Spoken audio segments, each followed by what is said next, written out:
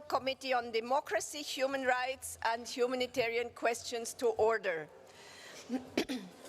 I should say at the beginning that our Vice Chair, Mr. Link, sends his apologies as he is unable to join us today for family reasons. Colleagues, the agenda for this meeting has been distributed. Can I please invite you to adopt the agenda? Any objections? The agenda is adopted. Thank you.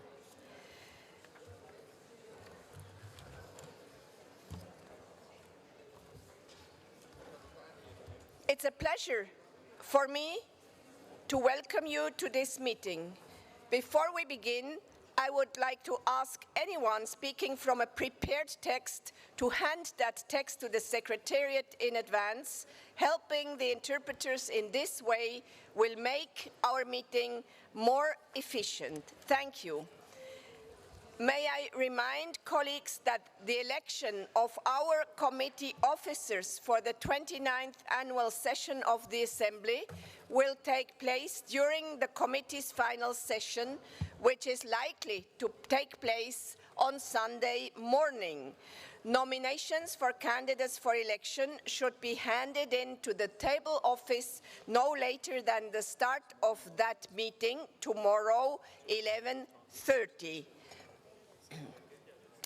We are now moving on to the continuation of the debate on our draft resolution. We shall begin by continuing that debate. There are 6 members left on the speakers list who have not yet spoken. I wish to remind that we closed the speakers list yesterday already. You have a time limit for speeches of 3 minutes. Thereafter, in the amendment part, I will ask you to observe a time limit of 1 minute. I now open the floor for debate, and I like to give the floor to Mr. Mirkishvili from Azerbaijan. Next speaker will be Mr. Thorsson from Iceland. Thank you, Madam Chair. I would like also to thank to Mr. Hajiani for a comprehensive report and the draft resolution also. Mr. Hajiani, you mentioned it very exactly at the report that occupation by military forces in conflict area across the OCC region remains a major cause of human rights abuse. Increasing of the human rights violation, facts are linking directly with the occupation of territories. Without ending of occupation, it will not realistic to protect or to develop human rights of the people. Security and development are 2 main functions of humanity. Non-providing security and absence of development atmosphere will put human rights on background always, despite of all our efforts. While speaking on human rights, I remind that universal human rights shall be exercised in accordance with the constitutional and legal framework of states. No solution is possible which is inconsistent with the international law and constitution of states. Mr. Hajiani, as you mentioned it, one of the conflict in our area, the Nagorno-Karabakh conflict, one of the main challenges for the human rights. I just want to remind that Azerbaijan believes that the Azerbaijan and Armenian communities of Nagorno-Karabakh region are capable of living peacefully side by side, again within the internationally recognized borders of Azerbaijan. After the withdrawal of occupant Armenian forces from all the occupied territories, in the environment of peaceful coexistence of the Azerbaijan and Armenian communities of the Nagorno-Karabakh region of Azerbaijan, just and durable peace, sustainable regional stability, and security will prevail. At the final, I want to react the number 16 paragraph in the resolution regarding the genocide. I just want to remind that genocide is the legal words, is not political tools, and we are against to use such legal words in the OCC documents just to use or to give some chance to another states to use like political tools or political pressure to another states. That's why I just want to remind my minds that not to use in the future the legal words on the political documents, like in resolution or in the reports. Thank you very much. Thank you. Now, the floor goes to Mr. Thorsen from Iceland, while Ms. Mattison from Canada is preparing. Thank you. Thank you, Madam Chair. Human rights are not something you earn gradually by, with good behavior or by not irritating powerful people. We are all born with those rights, and it is one of the main roles of politicians to make sure that those rights are reflected in laws and legislations. One of those basic human rights is the right to define yourself according to your identity without being persecuted, humiliated, or harassed. Last month, the Icelandic Parliament passed the Gender Autonomy Act, which is a huge step forward in terms of respecting the human rights of trans and intersex people in Iceland. The bill confirms the right of the individual to change their gender in the official registry to reflect their own experience and without having to meet diagnostic requirements or receive medical treatment. The Act also ensures that children under the age of 18 can change their registered gender and name in the National Registry with the consent of their parents. If parents' consent is not available, the decision is put before a committee of experts. The bill thus aims to respect and strengthen the self-determination of each individual, where their own understanding of gender identity is the basic for decision-making regarding their public gender registration. The Act is also intended to safeguard the individual's right to bodily autonomy. The LGBTI community in Iceland has called this bill very important and a huge step forward. However, it has been criticized that intersex children have not received protection against what has been called unnecessary and irreversible medical interventions. Instead, a working group will be appointed to ensure that legal status of children born with atypical sex characteristics. I am very proud of this important step that the Icelandic authorities have taken, and I hope this law can be replicated in more OSCE countries. Thank you. Thank you. Now the floor goes to Ms. Mattison from Canada, while Mr. Dubb's United Kingdom is getting ready.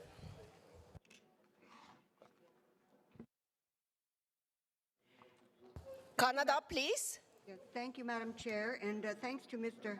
Hajani for his report and the depth of his analysis. I think it's crucial that we use this opportunity to protect and secure all human rights. It's the obligation of every one of us to secure the right of the security of person. The world has committed itself to the promise that nations will ensure that no human being is subjected to violence, poverty, homophobia, sexism, and punitive imprisonment. I believe we need to turn our attention to what is happening to women, girls, and LGBTQ2S individuals. For quite some time, we've seen well-funded and terrifying efforts to undermine the human rights of women, girls, and the LGBTQ2S community. This is no less than a return to the war on women and gays. There are those in this world willing to use their wealth, power, and privilege to turn back the clock on the limited rights women have secured in regard to their right to choose, secure their reproductive rights, and security of person. We're witnessing a move by anti-choice, anti-gay organizations, legislators, churches, and corporations to propose, support, and enact laws that limit a woman's right to choose whether or not to continue a pregnancy. These anti-choice, anti-gay entities have funding, lawyers, and legislators to carry out their campaign. The influence of this group is present in subnational governments in the US, cities in Europe, and is rapidly spreading to South America and the Caribbean. No country is immune. The laws that are promoted make it illegal for a woman to seek an abortion beyond 6 weeks if there is described fetal heartbeat. In reality, most women are not even aware of a pregnancy at 6 weeks, and what is described as a heartbeat is actually pulsing tissues that haven't yet formed the chambers of a heart. In most cases, these laws permit no exemption for victims of rape or incest, and women can and have been sent to prison for procuring an abortion, and the doctors that help them imprisoned for providing the procedure. Women's rights and lives are increasingly being put at risk for ideological reasons. The WHO estimates that each year there are 25 million unsafe abortions, 7 million women are hospitalized as a result of complications, and 500 women per 100,000 of these unsafe procedures die. Almost every death and disability caused by unsafe abortion is preventable. This is a public health crisis. The more restrictive the law, the higher the death rate, the greater the disability. If we truly believe in human rights, we must be prepared to guarantee a woman's right to choose. Support for the autonomy of women to choose is a signal to the patriarchal that women are absolutely entitled to control their fertility so that each and every one of us can participate in our country's social and political reality. Thank you. Miigwech. Thank you. The floor now goes to Mr. Dubs, United Kingdom, and Ms. Henriksen from Norway is getting ready. Thank you, Madam Chair. Can I give my full support to the last speaker? And I think we should pay a tribute to Ireland for the very successful referendum they had on giving women choice. It still leaves Northern Ireland out on a limb, but we're working on that one. I'd like to cover three specific issues. Firstly, migrants. Secondly, the death penalty. And thirdly, torture. As regards migrants, I do believe that we all, particularly those of us in Europe, need to share responsibility. We cannot allow the whole responsibility to rest with the Greeks or indeed with the Italians. I think we have to step up to the mark and share responsibility. Secondly, we have to protect the rights of migrants. When they reach our countries, we have to make sure they have the right to work, that migrants have the full rights that they should be entitled to, not to have a lesser position for too many years while their status is being determined. And thirdly, we should be aware of the very difficult situation in Libya, where people who've crossed the Sahara are, in some cases, being held virtually captive in prison camps, in terrible danger. And then when the people traffickers are tired of them, they put them in boats off the shore of Libya, and when they're outside Libyan territorial waters, they then phone up and say this boat is liable to sink.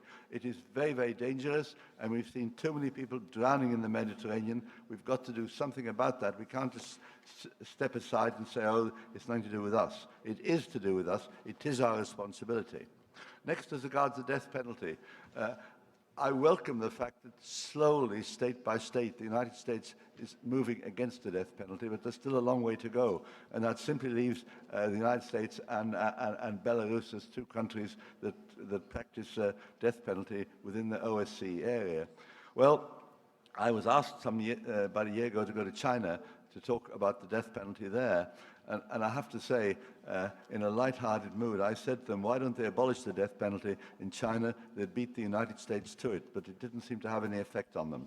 Thirdly, as regards torture, we have to be careful that the threat of terrorism cannot in any circumstances justify the use of torture or justify the use of information that has been obtained by torture, even if the people who pass on the information did not necessarily commit the torture themselves.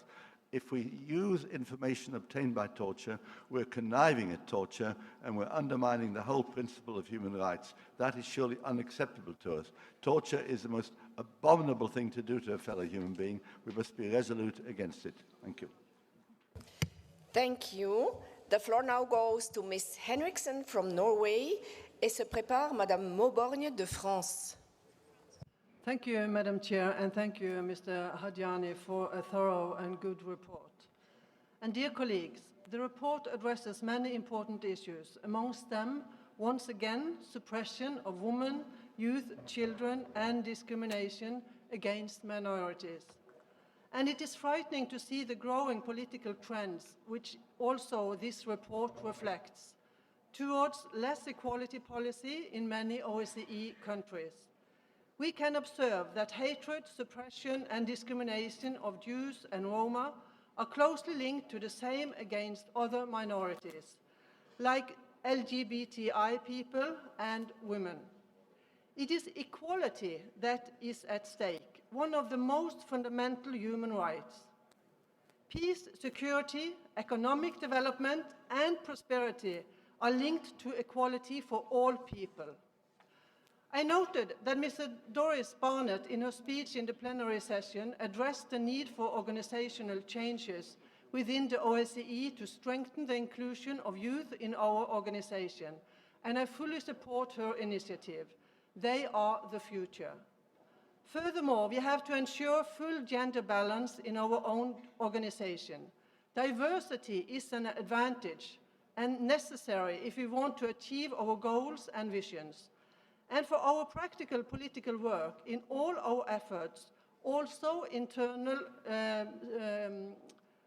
positions in the organization. To achieve our goals, we need tools, and I would like to pay gratitude to Ms. Hedy Fry for her work, which has given us a practical tool to survey the development on gender issues. I will close with a quote after my recollection from Mr. Stephen Hoyer from US, from his speech at the opening plenary session. Peace does not depend on democracy, it depends on us making it. So it depends on us. We have the knowledge, and yes, we have to improve some tools. We know which challenges we face. So first and foremost, we have to act. And Mr. Hadjiani, your report underlines the role of the parliaments. All of us is committed to the OSCE's visions and goals. It all depends on us. We have to act better and in the right way to ensure more equality, democracy, and peace. Thank you, Mr. Chair. Thank you. Before I give the floor to Madame Mauborgne de France, I would just invite those who will speak on the First Amendments to get ready. Thank you. Je passe la parole à Madame Mauborgne. Merci Madame la Présidente. Je regrette l'absence de Monsieur Cohen, notre collègue des États-Unis, qui a interpellé hier la France à propos de l'augmentation des actes antisémites dans notre pays. D'abord, je voulais dire que je partage son indignation sur l'augmentation des actes antisémites. On le constate ailleurs en Europe, on le constate, on le regrette, on le condamne et on le combat dans le cadre de l'état de droit. La France combat ces exactions en se dotant de nouveaux moyens juridiques sur les fake news, sur les incitations à la haine sur Internet, sur la viralité des publications sur les réseaux sociaux, sur la lutte contre la radicalisation religieuse. Nous avons besoin de tout le poids de la diplomatie parlementaire, notamment pour augmenter la pression sur les GAFA, sur Facebook, sur Twitter, pour qu'ils nous aident à réguler toutes les paroles qui incitent à la haine. Merci Madame la Présidente. Merci beaucoup. That concludes our debate on the draft resolution. We may now move to consider the 30 amendments submitted to this draft resolution. I would like to draw your attention to the fact that the correct version is entitled AS, capital letters, 19 DRS 3 Amend E. Printed copies of the amendments are also available. If you don't have them, address yourselves to the Secretariat, please. In discussing the amendments, I will first call the proposer of the amendment and then will call any opponent of the amendment. I will then ask the sponsor of the draft resolution, our rapporteur, Mr. Hajiani, if he has not already spoken, for his opinion. Following that, I shall put the amendment to the vote. I ask speakers to strictly observe the time limit of 1 minute. We are also required to vote on every paragraph to which there are no amendments. We will start by taking paragraphs 1 to 9 together. 1 to 9 together. Does anyone want a separate vote on any of these paragraphs? No, so we will proceed in this manner. Thank you. Amendments 1 and 2 both relate to paragraph 10 and populism. I will therefore group the amendments together for discussion as allowed for under Rule 22(7) of the Rules of Procedure. Please note that if Amendment 1 is agreed to, Amendment 2 will be preempted and it will not be put to a vote. I call now Signore Augussori d'Italia di proponerci la proposta 1. Grazie Presidente, cari amici e colleghi. Con questo emendamento chiediamo lo stralcio dell'intero paragrafo 10 che sarebbe probabilmente per gran parte della delegazione italiana preclusivo al sostegno alla risoluzione in toto. Il nostro auspicio è che l'intera risoluzione ricalchi lo stile linguistico inclusivo di tutte le componenti qui rappresentate e probabilmente sottorappresentate. Ricordo infatti, ad esempio, che nelle recenti elezioni per il rinnovo del Parlamento europeo i movimenti populisti e sovranisti hanno raccolto decine di milioni di consensi e che nel mio paese, l'Italia, questi sono superiori al 50%. Criminalizzare il populismo come fosse un virus alieno, in questo caso sì, spesso con falsi messaggi, sarebbe un errore e dovreste invece riflettere sulle ragioni che hanno portato a questa situazione. In primis le scelte politiche del recente passato relative, soprattutto nel mio Paese, alla gestione dei migranti economici, che sono cosa ben diversa da chi avrebbe legittimazione a vedersi riconosciuto il diritto d'asilo avendo un reale status di profugo. Thank you. Grazie. I call Mr. Dobre from Romania to propose Amendment 2.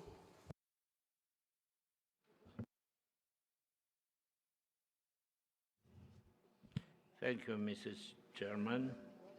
I propose to replace at paragraph 10, political populism across the OCCE regime, often based on the demonization of minority, with the following. Populism across the OCCE region, often based on the demonization of persons belonging to national minorities. First change is in order to adopt to the language used in the official documents, and second, as the human rights are by definition related to the persons and not to the communities. Thank you very much. Thank you. Does anyone wish to speak against these amendments? What is this? Ukraine, please. Уважаемая госпожа председатель, уважаемые коллеги, мы предлагаем пункт 10 оставить в той редакции, которая предложен уважаемым автором, докладчиком. И мотивация здесь идет таким образом, что нередко государства, члены организации прибегают к политическому популизму и для решения собственных целей они нередко прибегают к демонизации национальных меньшинств и коренных народов, которые проживают на территории соответствующих государств. Этим особенно злоупотребляет Российская Федерация, которая очень часто в своей внутренней информационной политике она прибегает к навешиванию ярлыков против народов, проживающих на территории Российской Федерации. И особо она злоупотребляет этим на территории оккупированных украинских территорий. Собственно, в отношении крымских татар, коренного народа Крыма, в оккупированном украинском Крыму Россия прибегает к системным репрессиям с целью, чтобы вытеснить коренной народ с полуострова. И поэтому мы предлагаем оставить этот пункт, потому что государство часто использует навешивание ярлыков против народов как инструмент подавления их свобод.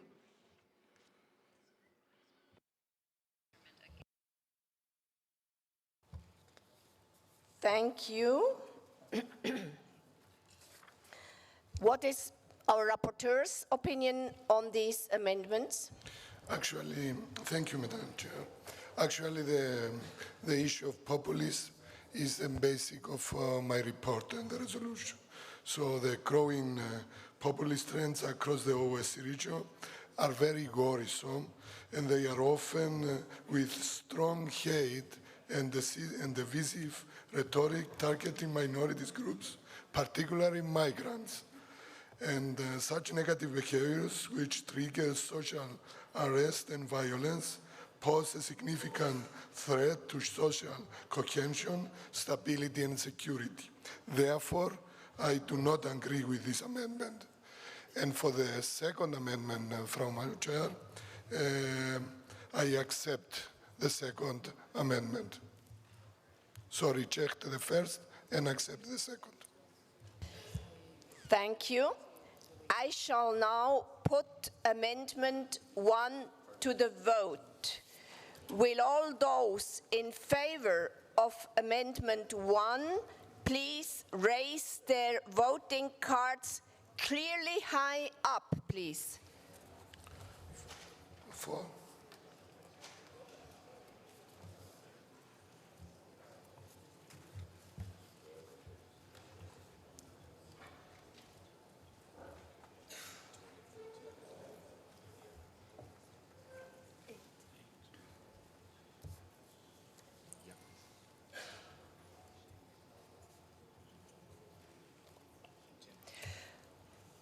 Will all those against Amendment 1 please raise their voting cards?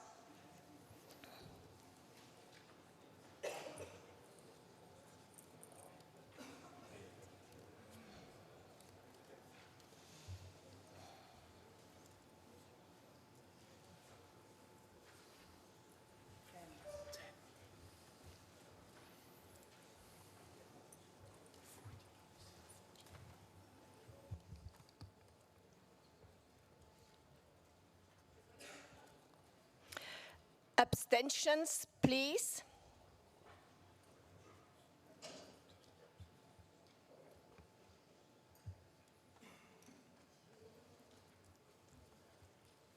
Defeated.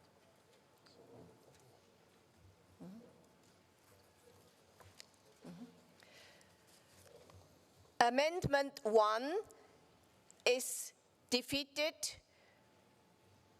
For the amendment 13, against the amendment 43, abstentions 4. I shall now proceed to a vote on amendment 2. Will those in favor of amendment 2 please raise voting cards?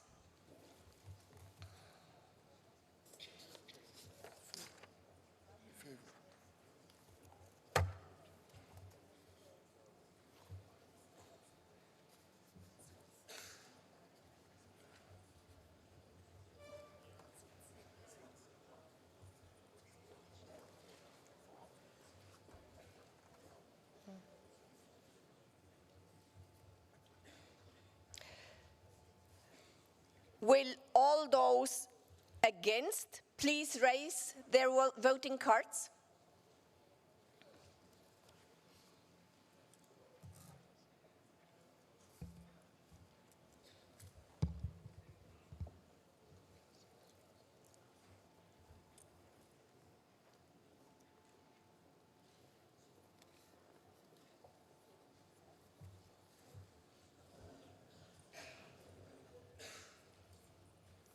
Abstentions, please.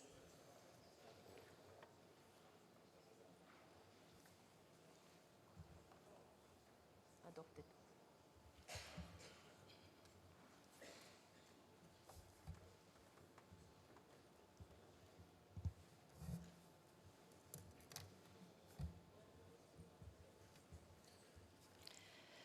Amendment 2 is adopted by 24 for, 17 against, 16 abstentions. We now move to discuss Amendment 3. Is Mr. Omanovic from Sweden here?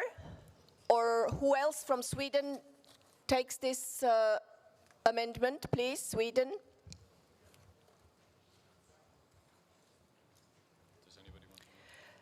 Sweden, does anyone wish to take the floor for Amendment 3 from Sweden, please? You are several to have signed from Sweden. Who wishes to take on this amendment from Sweden?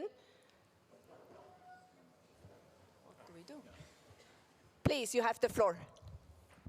Dear Madam, this is an amendment written by Mr. Jasenko Omanovic. Unfortunately, he hadn't the chance to be here this time with us, but I suggest that we vote for this amendment. I had my speech yesterday that we are worried about the development of the rights for the LGBTI persons also within our own OSCE region. And I think it's important that the PA, the OSCE Parliamentary Assembly, truly supports this amendment. Thank you. Thank you. Does anyone wish to speak against Amendment 3?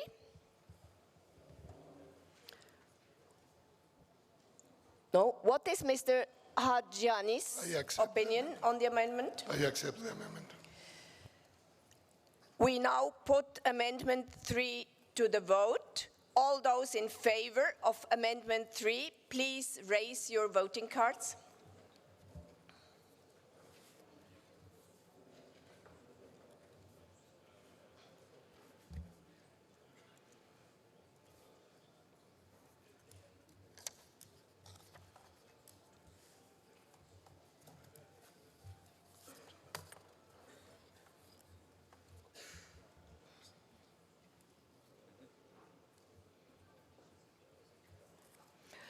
Will all those against Amendment 3 please raise the voting cards?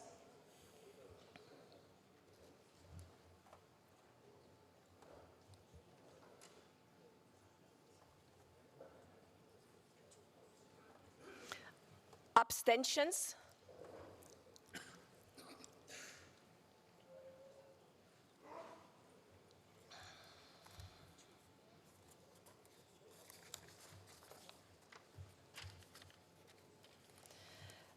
Amendment 3 is adopted by 47 yes, 6 no, 6 abstentions. We will now take paragraphs 11 to 15 together.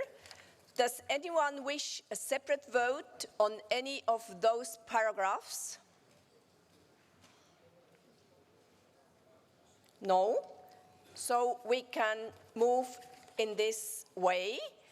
And I put to debate Amendment 4.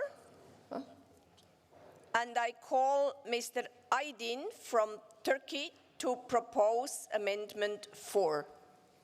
Thank you, Madam Chair. We would like to demand the deletion of paragraph 16 for mainly two basic reasons, as I mentioned yesterday.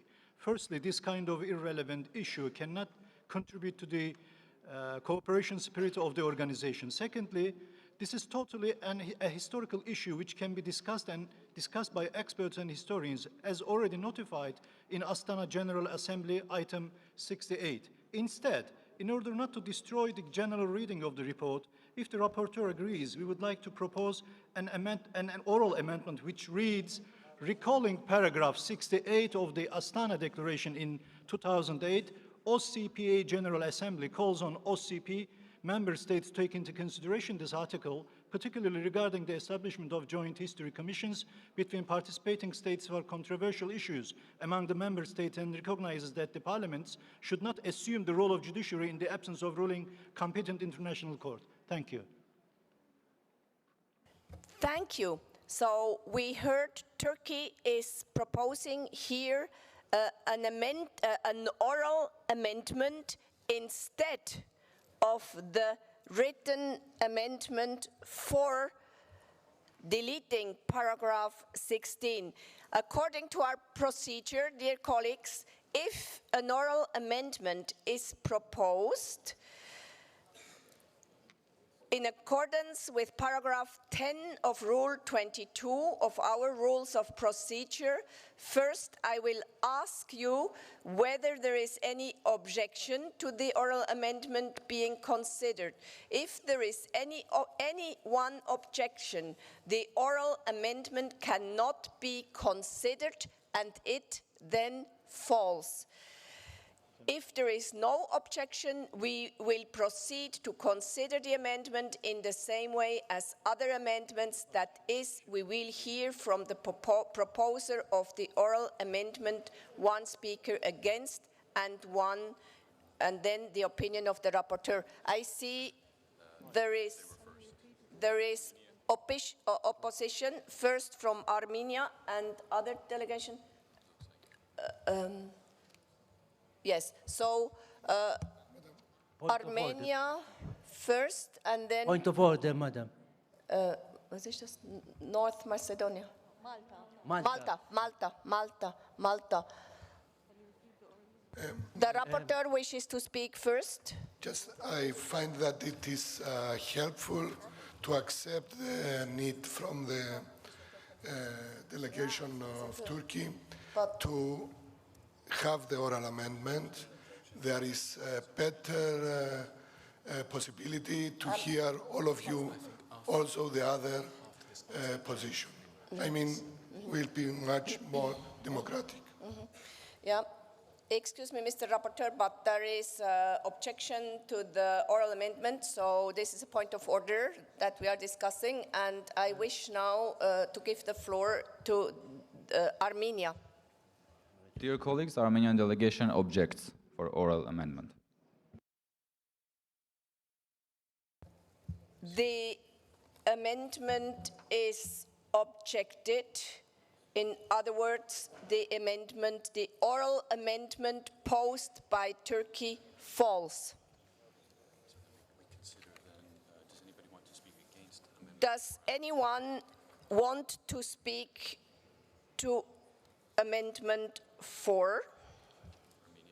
Armenia, please. Against. Yeah. This is against. Yeah. Dear colleagues, against. The objective of this paragraph is genocide remembrance, which is part of the OSCE commitments. The paragraph is not directed against any contemporary state. Moreover, many prominent representatives of Turkish society, scholars, human rights defenders and editors, such as Hrant Dink, Orhan Pamuk, Rajib Zarakoglu, and others have contributed to Armenian genocide remembrance and education.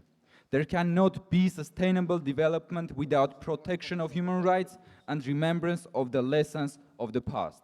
We call on Parliamentary Assembly to support this paragraph and join the efforts of international community to prevent occurrence of genocides and mass atrocities. Thank you. And we call to vote against this amendment. Thank you. What is our rapporteur's opinion of the amendment? So speaking out, educating about genocide is our imperative duty to humanity. And so that similar crimes may not be repeated in the future. As of April 2019, governments and parliaments of 31 countries, as well as 49 out of 50 in US states, have officially recognized the Armenian genocide, joining the consensus of historians and academic institutions of Holocaust and genocide studies. Thank you. Thank you. I will now put Amendment 4 to the vote. Will all those in favor of Amendment 4 please raise voting cards high up, please, so we can see it?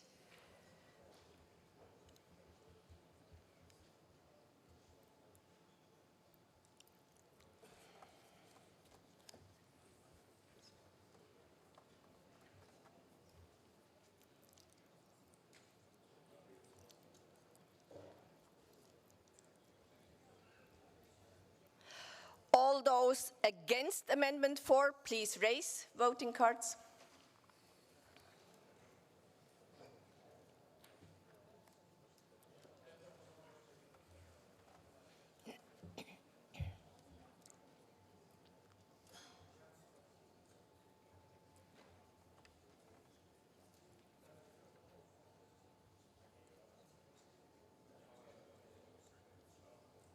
Abstentions, please.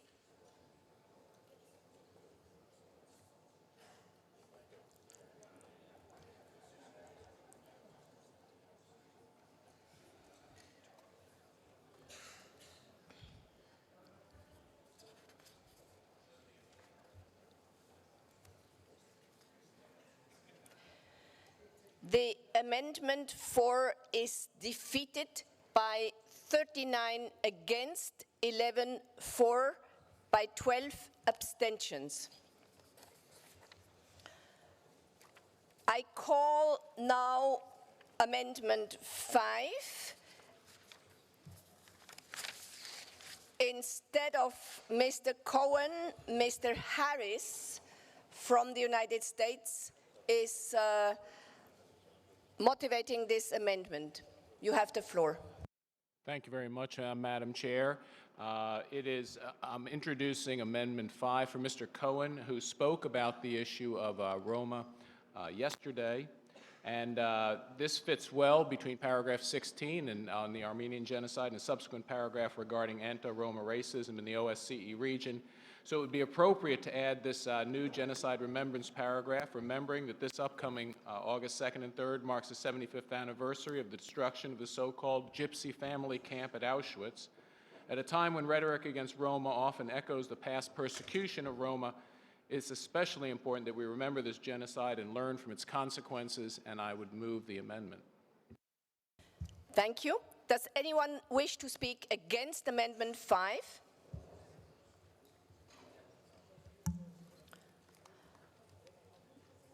I then ask Mr.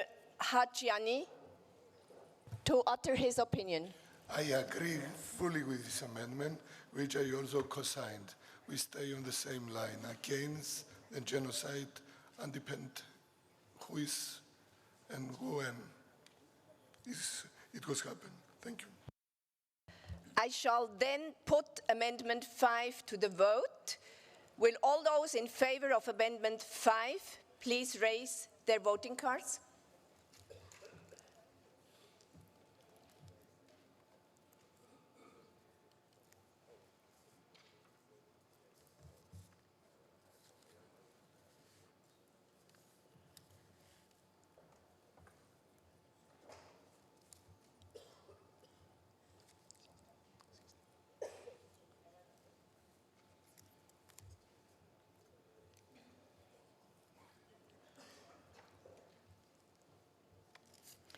Will all those against Amendment 5 please raise their voting cards?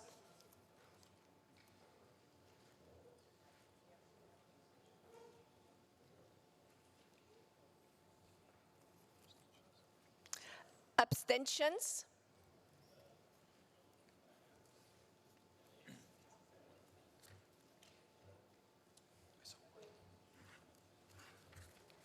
Amendment 5 is adopted by 60 yes, 0 against 1 abstention. Amendment 6, I call Ms. Moore from Canada to propose Amendment 6. Merci. Je voudrais remercier le rapporteur pour son rapport et sa résolution qui vise à encourager le développement durable pour promouvoir la sécurité et examiner le rôle des parlementaires à cet égard. Le paragraphe 17 fait état des préoccupations concernant le fait que les Roms et les Sinti continuent d'être marginalisés dans l'espace de l'OSCE, notant que les femmes et les filles Roms et Sinti sont particulièrement vulnérables aux multiples formes de discrimination et de violence. Les peuples autochtones de l'OSCE sont aussi la cible de discrimination motivée par les préjugés et le racisme, qui se caractérisent par du harcèlement et de la violence. Au Canada, par exemple, le rapport publié récemment sur l'enquête nationale sur les femmes et les filles autochtones disparues et assassinées a révélé que les violations persistantes et délibérées des droits de la personne et des droits autochtones sont la cause profonde de la violence disproportionnée et documentée dont sont victimes les femmes, les filles et les personnes LGBTQ2S autochtones au Canada.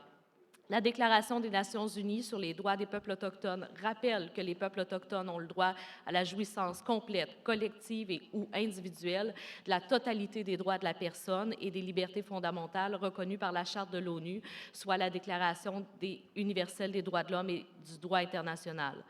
Les Autochtones, à l'instar des Roms et des Sinti, sont libres et égaux à tous les autres et ont le droit de ne faire objet... Madame Moore, s'il vous plaît. Merci. Does anyone wish to speak against Amendment 6?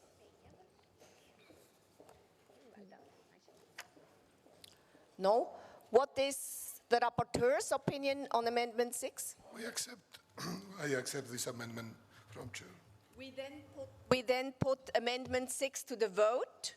Will all those in favor of Amendment 6 please raise their voting cards?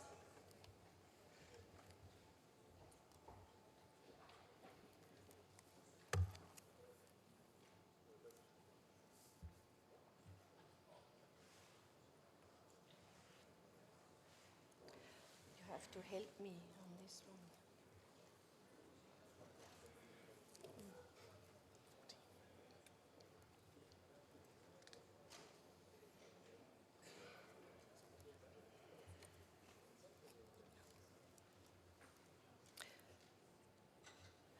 Will all those against Amendment 6 please raise their voting cards?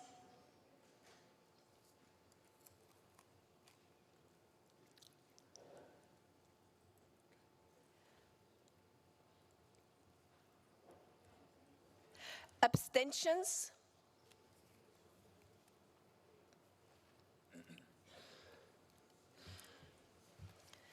Amendment 6 is adopted by 64, 1 against, 0 abstentions. As Amendment 6 was to replace paragraph 17, I shall take paragraph 17 as defeated, and we therefore do not vote on it.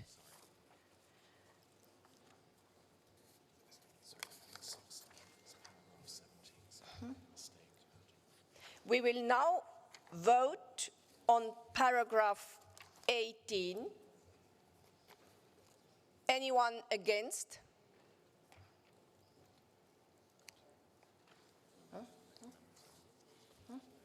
We can then go on to Amendment 7. Paragraph 18 is agreed.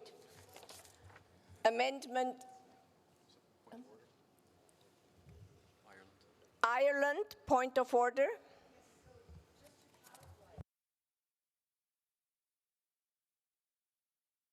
Just to clarify, Amendment 17, paragraph 17, I don't believe we voted on defeating paragraph 17. We voted to amend it.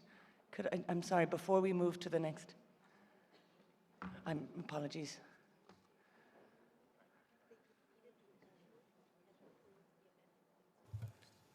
The amendment number 6. The amendment from Canada, Amendment 6, yes, which was adopted, replaces paragraph 17.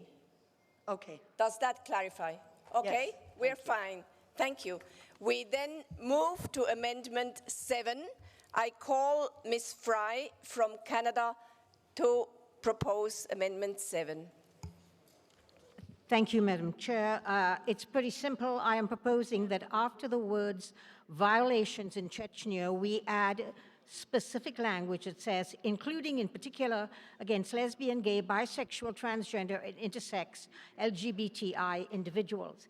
I think that this is really important. I want to thank the rapporteur for putting in this particular paragraph, but I think it can be made better because we know that human rights are indivisible. We're all human beings. We are all deserving of rights.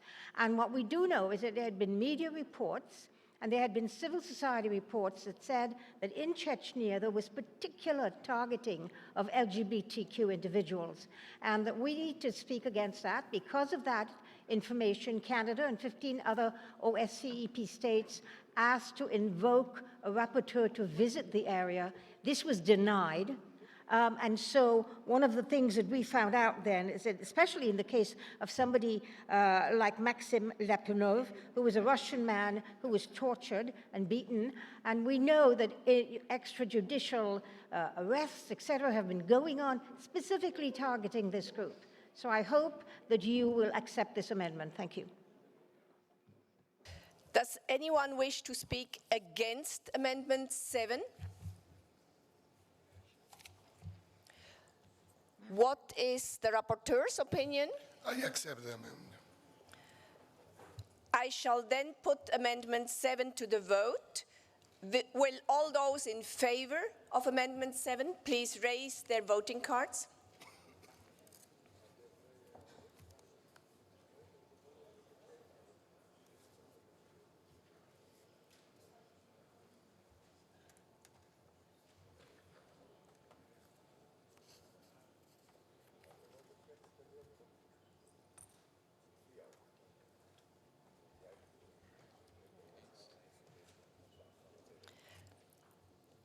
Will all those against please raise their voting cards? Please raise them really up. We can hardly see it from here.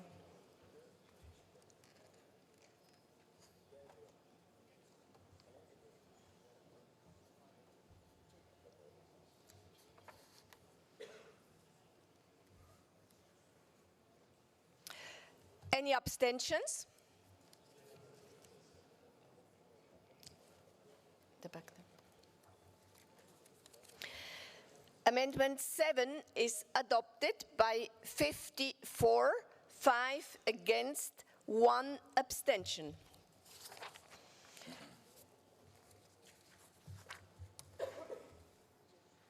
We will now vote on paragraph 19 as amended. Anyone against?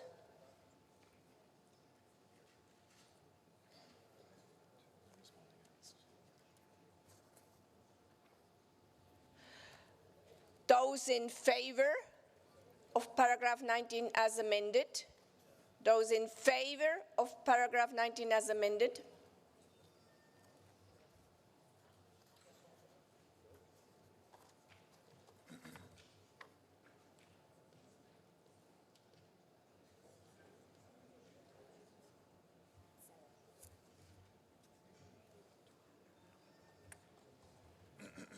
Abstentions?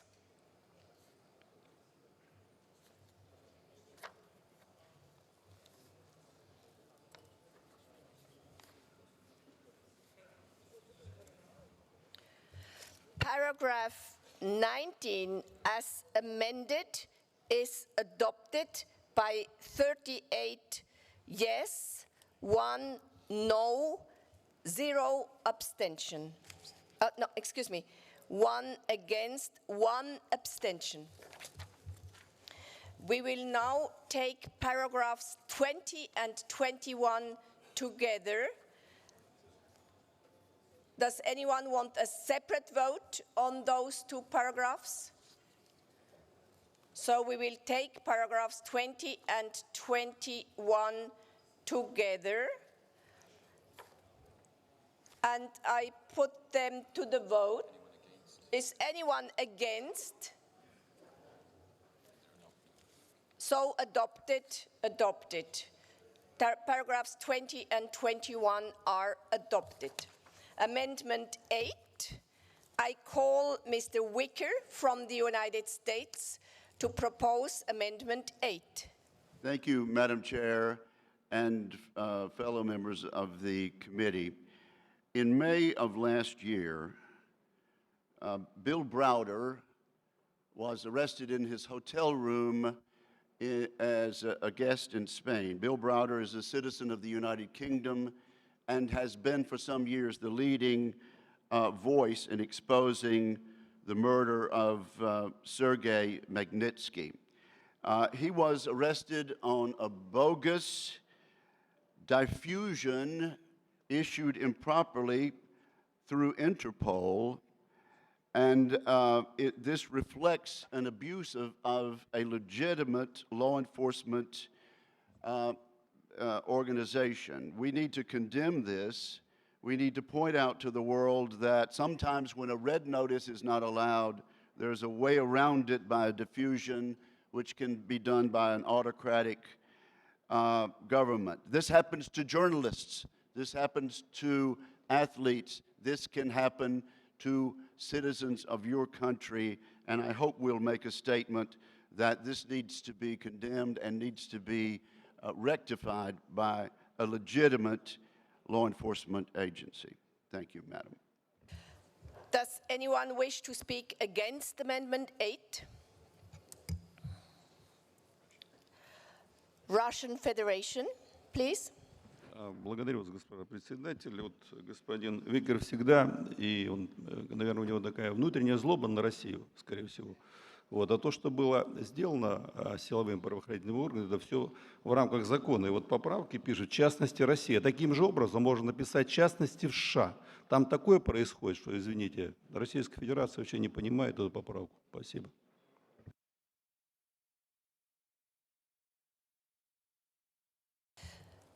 Spasiba. What is Mr. Hadjiani's opinion of the amendment? I accept the amendment. I shall now put Amendment 8 to the vote. Will all those in favor of Amendment 8 please raise their voting cards?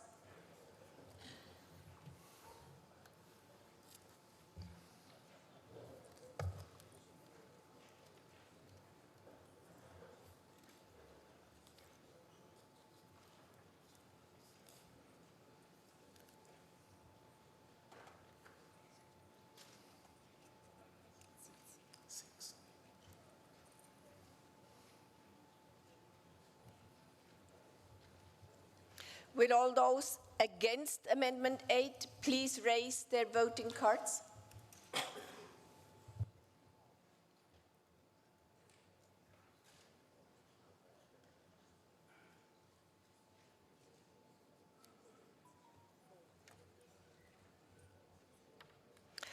Are there any abstentions?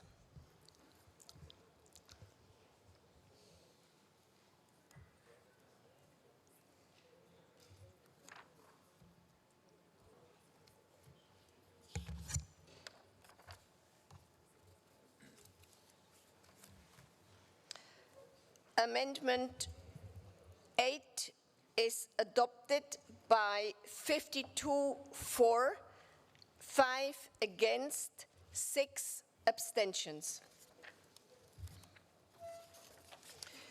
We will now vote on paragraph 22. Anyone against?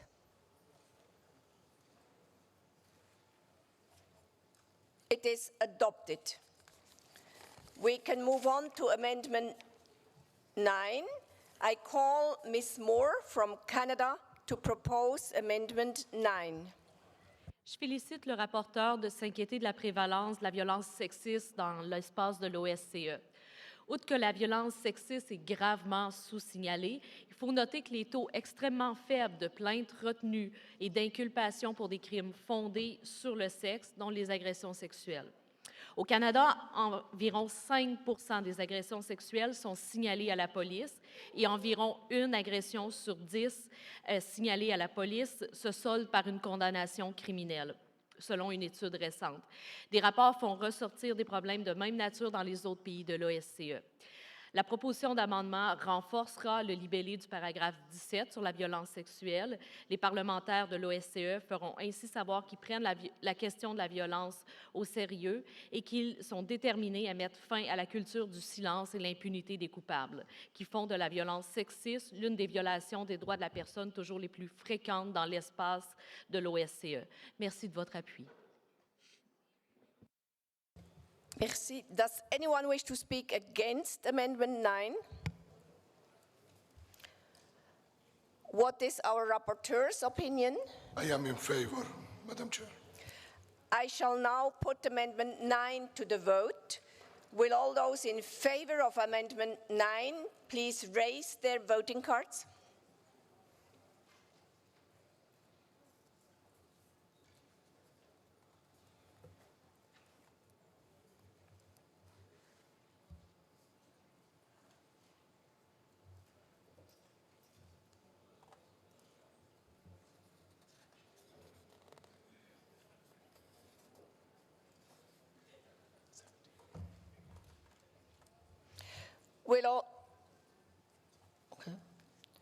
Will all those against please raise their voting cards?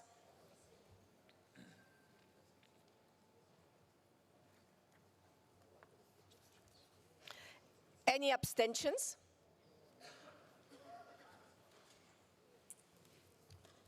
Amendment 9 is adopted by 64 for, 1 against, 0 abstentions. As Amendment 9 was to replace paragraph 23, I take paragraph 23 as defeated, and we therefore do not need to vote on paragraph 23.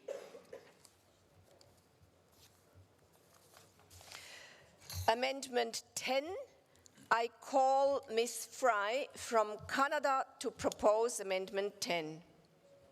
Thank you very much. Thank you, Madam Chair. As my colleague from Canada just said, not only is violence against women rampant, it is also held together by this culture of silence. And we know that it's crimes against women and violence against women are underreported around the world. So I want to thank the rapporteur for making sure that he brought attention to this. But I would like to see this new paragraph that I'm proposing put together, because we don't only want to view women as victims.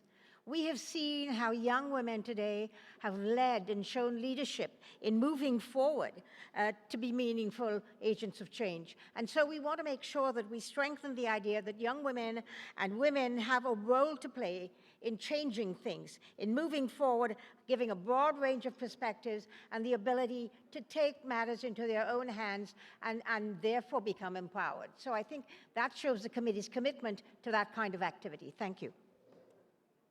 Thank you. Does anyone wish to speak against Amendment 10? What is Mr. Hachiani's opinion? Of course, I agree, Madam Chair. The ads of Mrs. Fry is much better and complete the whole issue there. Thank you. Will all those in favor of Amendment 10 please raise their voting cards?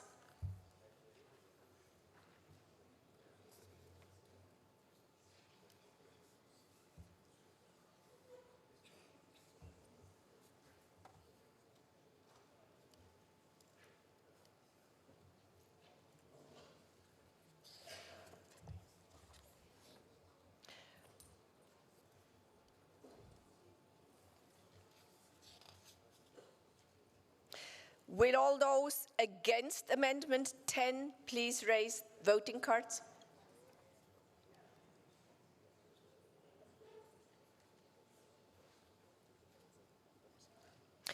Any abstentions?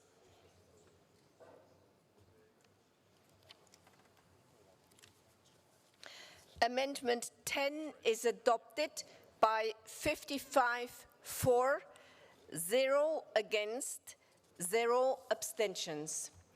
We will now take paragraphs 24 to 26 together. Is anyone wishing a separate vote on those two paragraphs? Agreed to. We will then. Any objections? No. Paragraphs 24 to 26 are adopted. Amendment 11. I call Mr. Otherholt from the United States to propose this Amendment 11. Thank you, Madam Chair. This amendment commends the OSCE's Office of Democratic Institutions and Human Rights, known as ODIHR, for assisting the OSCE participating states in their implementation of OSCE commitments. ODIHR legal reviews assess whether drafts and existing legislation complies with OSCE human dimension commitments and human rights standards. ODIHR legal reviews include models of best practices for the participating states and recommendations for improvement. The ODIHR takes an average of 2 to 3 months to prepare a legal review, although it can expedite in urgent situations. Another amendment to the operative section of this resolution will encourage states to seek review from ODIHR, and this preambular paragraph sets the stage for that amendment. Thank you. Does anyone wish to speak against Amendment 11? What is our rapporteur's opinion? I accept the amendment from Madam. I shall then put Amendment 11 to the vote. Will all those in favor of Amendment 11 please raise their voting cards?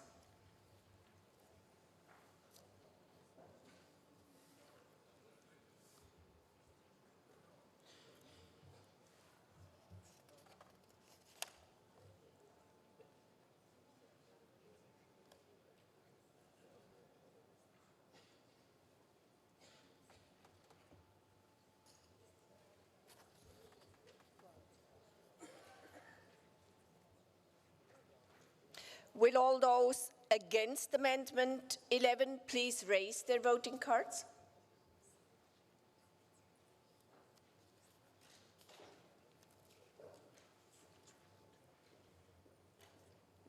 Are there any abstentions?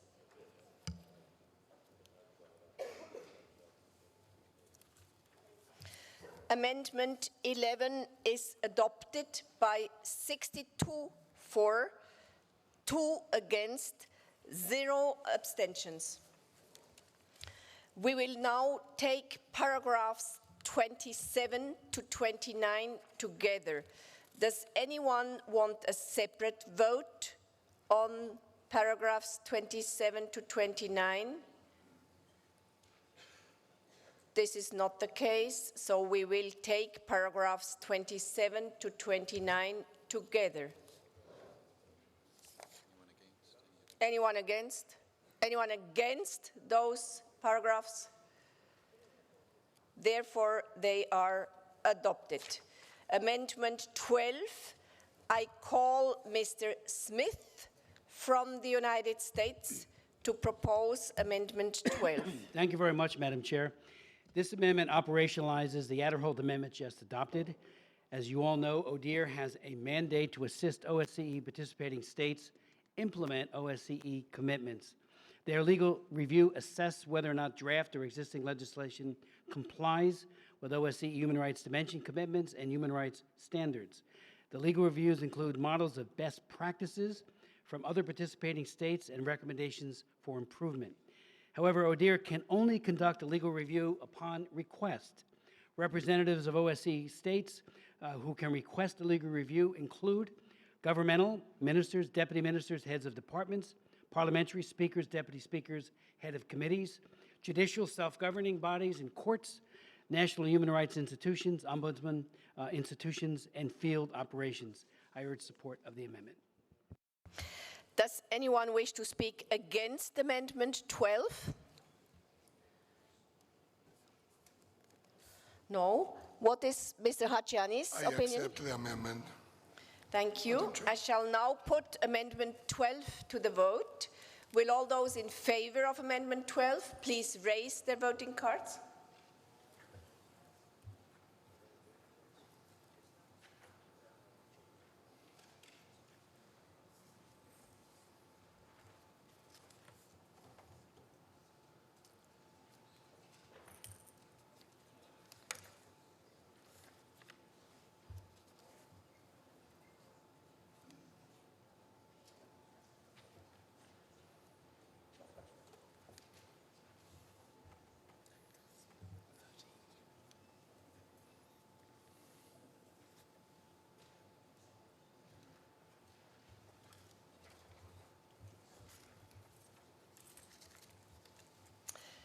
Will all those against Amendment 12 please raise their voting cards?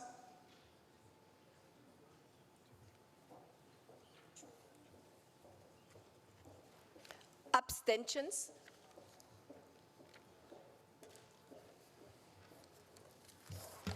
Amendment 12 is adopted by 61 for, 2 against, 0 abstentions. We will now take paragraphs 30 to 32 together. Does anyone want a separate vote on any of these paragraphs? Nobody? So we will take paragraphs 30 to 32 together. Anyone against? Therefore, paragraphs 30 to 32 are adopted. Amendments 13 to 15 relate to paragraph 33 and human rights in conflicts. I will therefore group the amendments together for discussion as allowed for under Rule 22(7) of the Rules of Procedure. Please note that if Amendment 13 is agreed to, Amendments 14 and 15 will be preempted and will not be put to a vote. If Amendment 14 is agreed to, Amendment 15 will be preempted and will not be put to a vote. Moving on to Amendment 13, I call Mr. Smith from the United States to propose Amendment 13. Thank you, Madam Chair. This amendment is needed because OSCE states have made OSCE commitments on human rights and fundamental freedoms, not just human rights.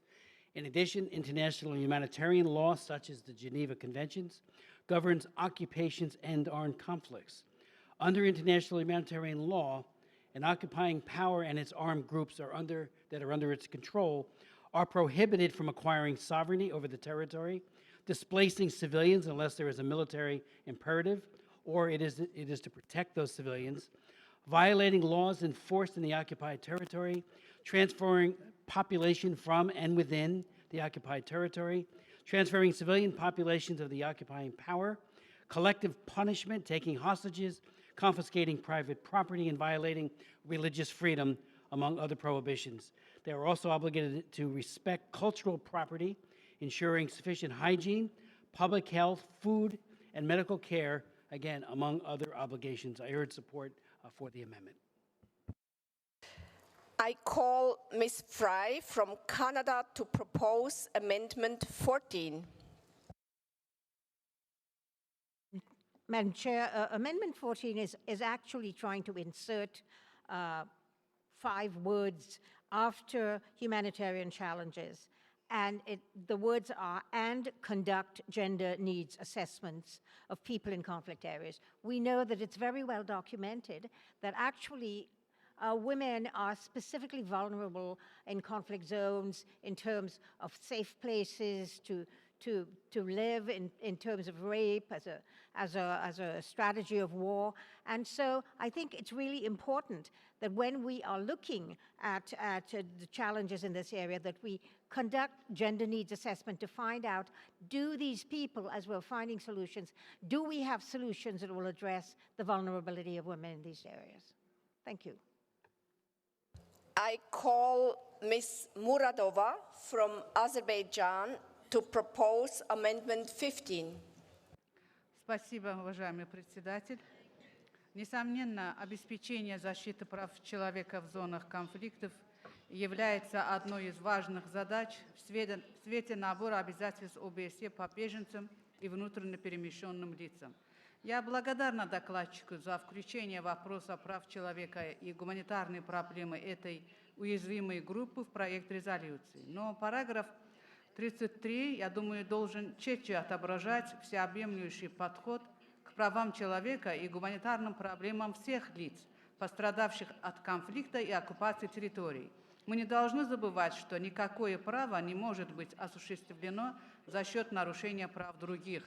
Внутренне перемещенные лица, которые жили в зоне конфликта, имеют равные права с теми, кто все еще проживает там. Поэтому мы предлагаем заменить выражение в параграфе 33 «люди в районах конфликтов и на оккупированных территориях» на «люди, затрагиваемые конфликтами и оккупацией территорий», с целью отразить права человека людей, живущих ныне в зоне конфликта, и людей, изгнанных из этих зон. Прошу поддержать. Спасибо. Does anyone wish to speak against amendments 13, 14, 15?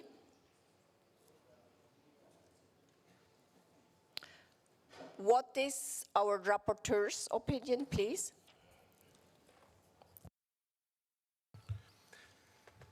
With Amendment 1.3, I agree, Madam Chair. For the Amendment 1.4 and 1.5, I will suggest to combine this because we have to have also the conflict areas. If we don't put it in, so it means that we put it away, the conflict areas, and we will stay only by conflict affected areas, generally.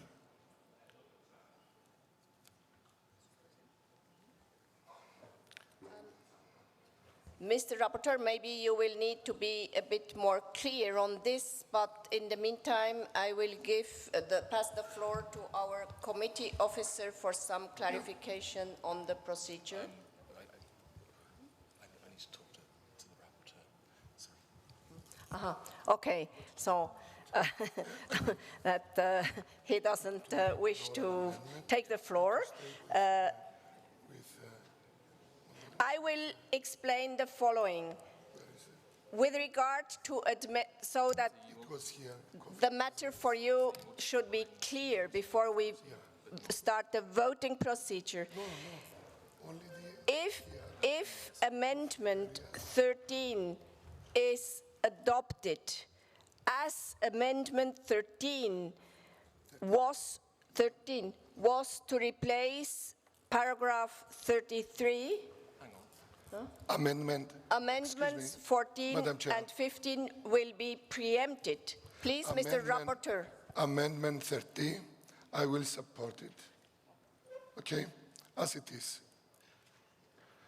Amendment 14, it is an oral amendment from my side, or I don't know, also from the other, to make a compromise and to include all the three areas: conflict areas, conflict-affected areas, and occupied areas, to be all together, not just conflict-affected areas.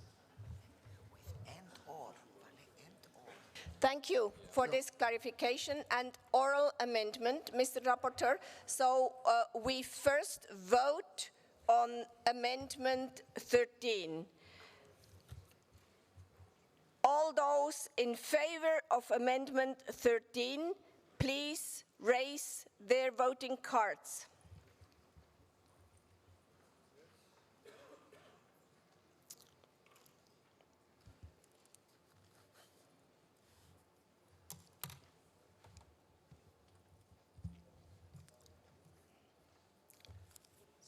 means.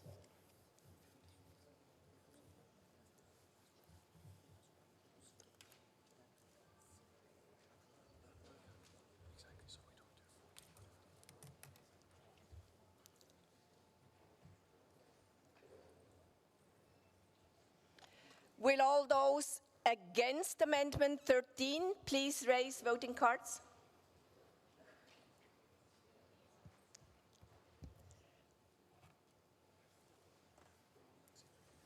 Abstentions?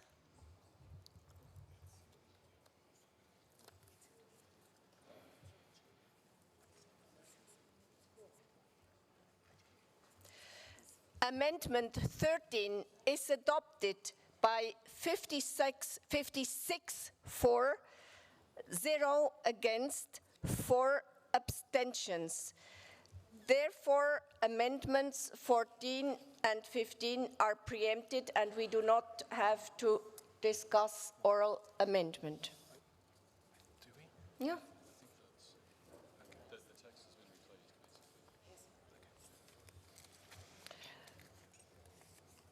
We then move to the vote on Amendment 15.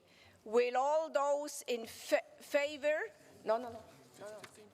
15 is preempted. Sorry. 15 is also preempted. I can go a bit faster. Excuse me. I have to speed up. Is there a point of order? Yes. Azerbaijan, Mrs. Muradova, please. Уважаемый председатель, мы хотели бы, чтобы нашу поправку отдельно поставили на голосование, потому что там разные толкования.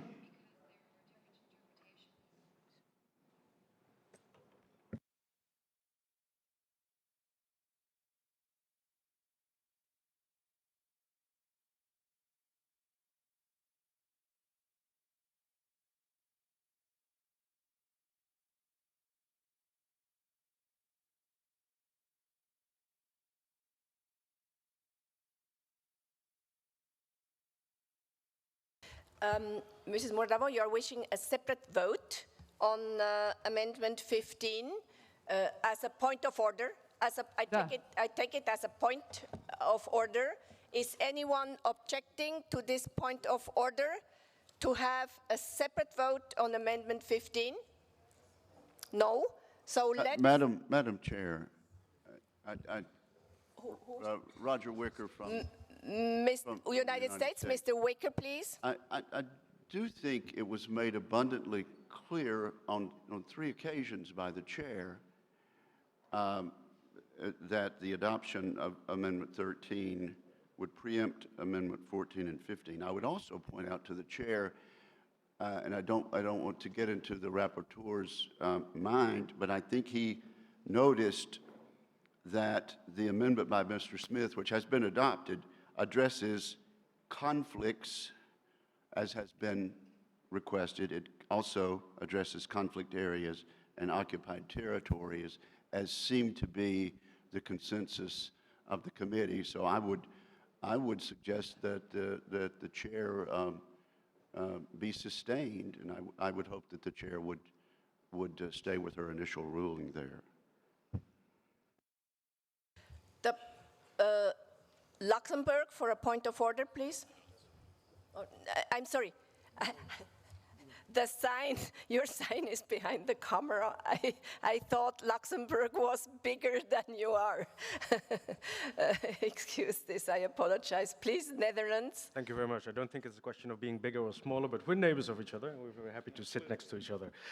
Just to clarify also, for me, the Amendment 14, as there is the addition of the gender needs, and I just want to clarify also with my Canadian colleagues, for me it's not clear whether this part is now added to the new paragraph.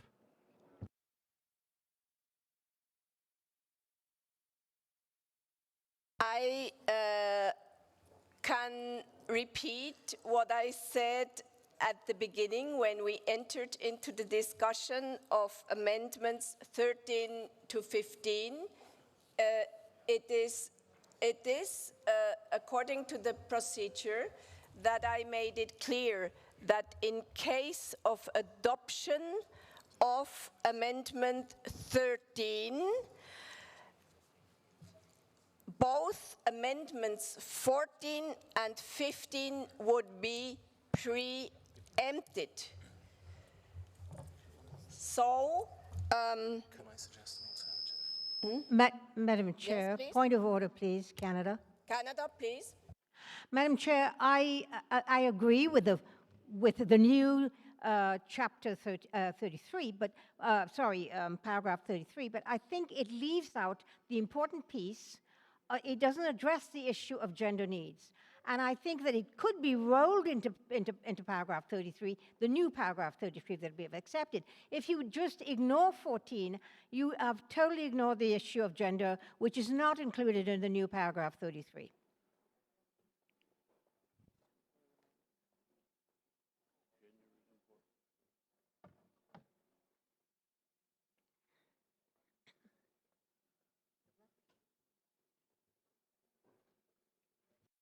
So I, having heard your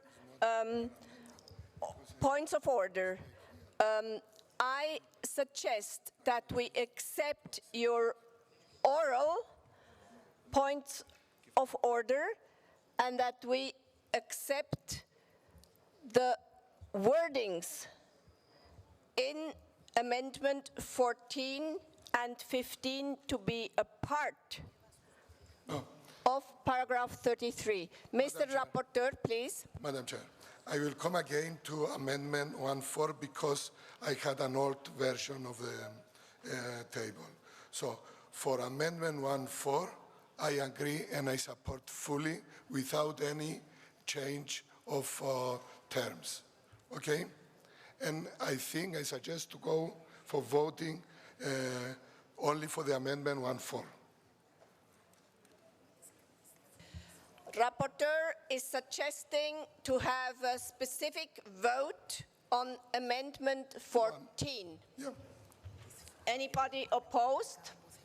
Let's vote on Amendment 14. All those in favor of Amendment 14, please raise voting cards.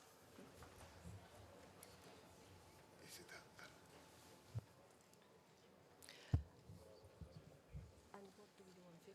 I have to do the recording. I have to do the recording. Yeah, we will do it. Yeah, it's better. It's better. Perfect.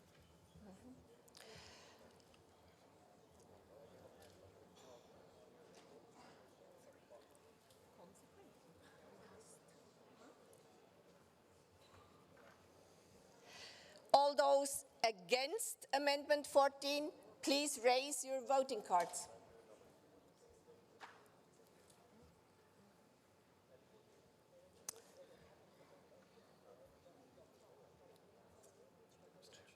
Abstentions?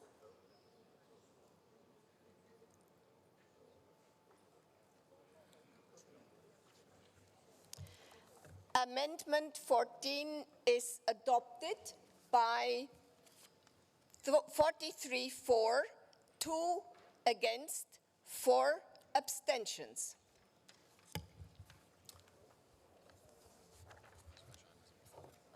What we can vote on? Consequently, Mr. Rapporteur, I suggest to vote specifically also on Amendment 15. Do you agree? So on Amendment 15, it was my oral amendment just to combine the two suggestion and then what was written in my report. Actually, on the human rights and humanitarian challenges of people in conflict areas and occupied territories and conflict-affected areas. This is my amendment, oral amendment. Thank you.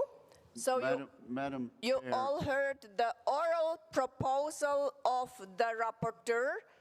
Is this opposed to? Madam Chair. If it's opposed, it will Madam Chair. fall. Please, I pass the floor. Azerbaijan has asked for the floor first. Azerbaijan has the floor, and then United States.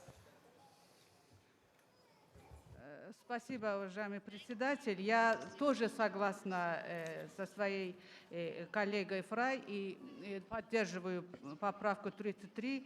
И прошу, чтобы наша поправка тоже нашла свое отражение в новом параграфе, за который мы только что проголосовали. И я хочу узнать, будет это сделано или нет.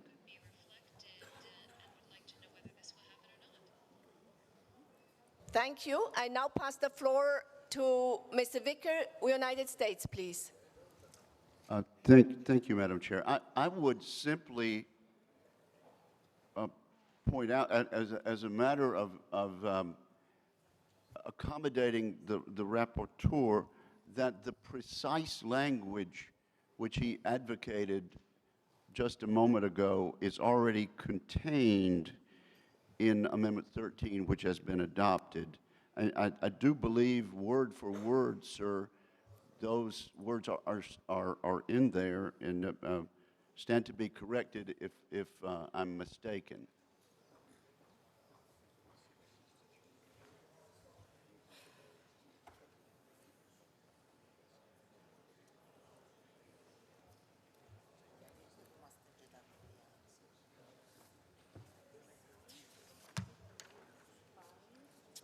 I think we're all in agreement as to what it should say, but I just don't know that we should say it twice, precisely as we already have it. Thank you all for helping to clarify. My understanding is that also the suggestion by the rapporteur is to take up from Amendment 15 the formulation people affected by conflicts, and to replace in the Amendment 13 the expression people in conflict areas. Okay. Mrs. Muradova agrees. Okay. Is anybody opposed to this? Armenia, please.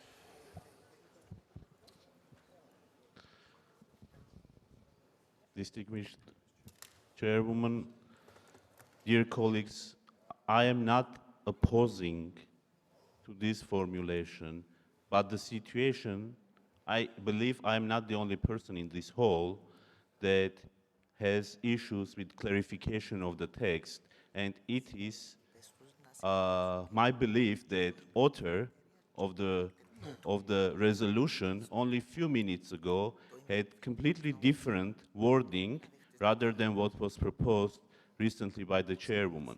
We need to clarify before understanding what we are voting for, and that's the only way we can move forward.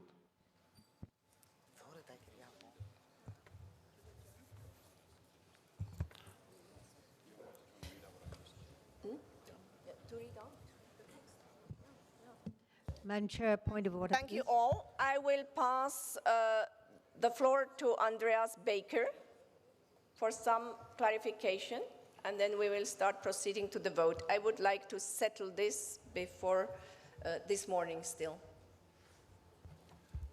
Thank you. We understand that there is, effectively, it's an oral amendment to change what has already been agreed in Amendment 13.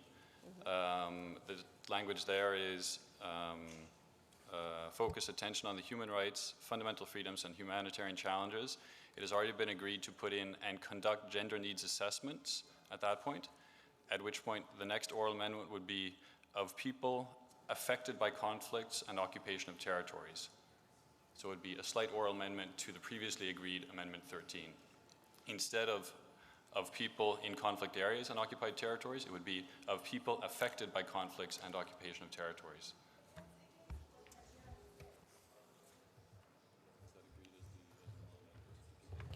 Yes. So we have to find out, according to the procedure, if this formulation, as I said, as rapporteur agreed, as Andreas Baker now also read out to you, if this oral proposal is agreed or opposed. If it is opposed, it then will fall. Madam Chairwoman. Ukraine, Yes, please. yes, Ukraine, please. Two positions, one point of order. We oppose, because we think that the term of occupied territories must be left in the paragraph. And the second question, I think that we have a huge misunderstanding here now, because we don't see the final version of the paragraph because of this misconclusion and fuss. Maybe somebody from Madam Chair or the rapporteur can present us the final version of the paragraph if we combine all the three amendments. But we think that the term that was proposed in the American Amendment 13 and in amendment of Mrs. Muradova must be left in the paragraph. It's principal thing to conclude that IOC area has territories that are occupied by the members of the OSCE, unfortunately. Thank you. The oral amendment moved by rapporteur, read out by Chief Executive Officer, was opposed by Armenia. So, There is a misunderstanding. Ukraine. Armenia, please, you have the floor. Let's clarify. The rapporteur said that he is in favor of combining all language about the conflict. So it is in conflict areas and affected by conflict. We are for an inclusive language. So if we are adding conflict-affected areas to the formulation in conflict areas, that's perfectly fine, but not replacing. So we should have this inclusive language where it's in conflict areas and affected by conflict. So whoever resides there now and whoever is affected by removal or being near the conflict zones. Thank you. Bye. I take the following suggestions up now. Would anyone oppose the formulation to replace in Amendment 13, people in conflict areas and people affected by conflicts? No, we don't. Is anybody opposing this? It seems to me to be a good combination, really, to get out of our discussion. Ukraine, you have the floor. Yes, thank you again, Madam Chair. Maybe I don't understand, the process that we are seeing completely, but we adopted the Amendment 13 of Mr. Smith when, and he states, and it was adopted by this assembly now, people in conflict areas and occupied territories. Now, when we have this discussion inside, the occupied territories and this formulation that was made by the Amendment 13 are completely lost. Do we have, conflict zones, conflict areas, and occupied territories, please. We adopted this formulation with American Amendment, occupied territories. I don't understand what's going on here now, frankly speaking. Madam Chair? Madam Chair, Chair? a point of... Madam Chair, point of order, please. Canada, point of order. Canada, please. Madam Chair, I think, here's the thing. I think we are all in agreement with the language from 13, the language from 14, and the language from 15. Can we move on debating this particular report, move on to other amendments, have someone write out exactly what we mean? You can read it, we can come back and vote on it. I agree. Thank you. Canada, I suggest we adjourn the Madam discussion. Chair? Please, we have to move on. We adjourn this discussion and we will come back at the beginning of this afternoon's meeting Madam Chair, if I could with just a make a brief formulation announcement. that has been drafted according all discussions. Please, United States, you have Thank you the very much, floor. Madam Chair. Just take 30 seconds. I would invite everyone here. We have a very, very important man, Kenneth Morris, the great-great-grandson of a former slave. in room number 8 who will be talking about human trafficking and the need for education. We have a supplemental coming up later on this afternoon in this committee, but I invite you to go to room number 8 for this important lunch/meeting. There's much to be learned. We do not in our countries have enough education for our young people, and as a result, many are ensnared in modern-day slavery. Thank you. The meeting is adjourned. We will start again this afternoon, 16:30 in this conference hall. Bon appétit. Thank you for the good discussions.